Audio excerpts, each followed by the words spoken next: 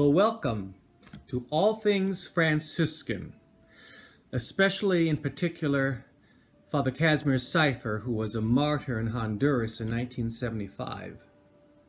And of course, All Things Franciscan is really about the gospel and Jesus Christ, and how St. Francis followed so perfectly and intimately in the footsteps of Jesus. So today we're going to talk about what everybody's talking about in the whole world, the virus. Now, some people are wondering if the COVID-19 virus is a chastisement from God. And the answer to that question is a resounding no. God does not go around randomly killing people. Some people, however, will quote passages from the Old Testament where God appears to chastise sinners and people who have turned away from God. Well, in the New Testament, however, God says that God so loved the world that he sent his only Son, not to condemn it, but to save it. God desires mercy so much that he came not to call the righteous, but to call sinners.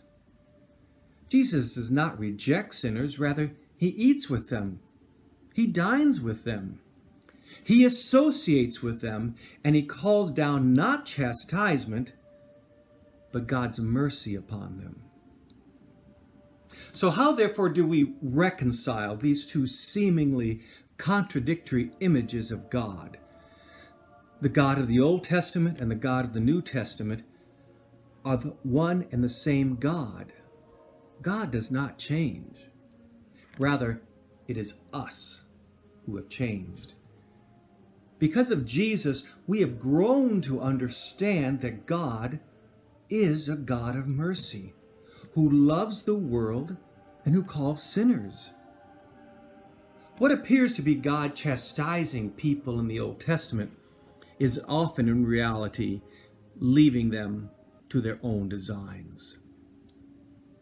For Christians, the COVID-19 virus is a time to reaffirm the mercy of God and to share that mercy with others.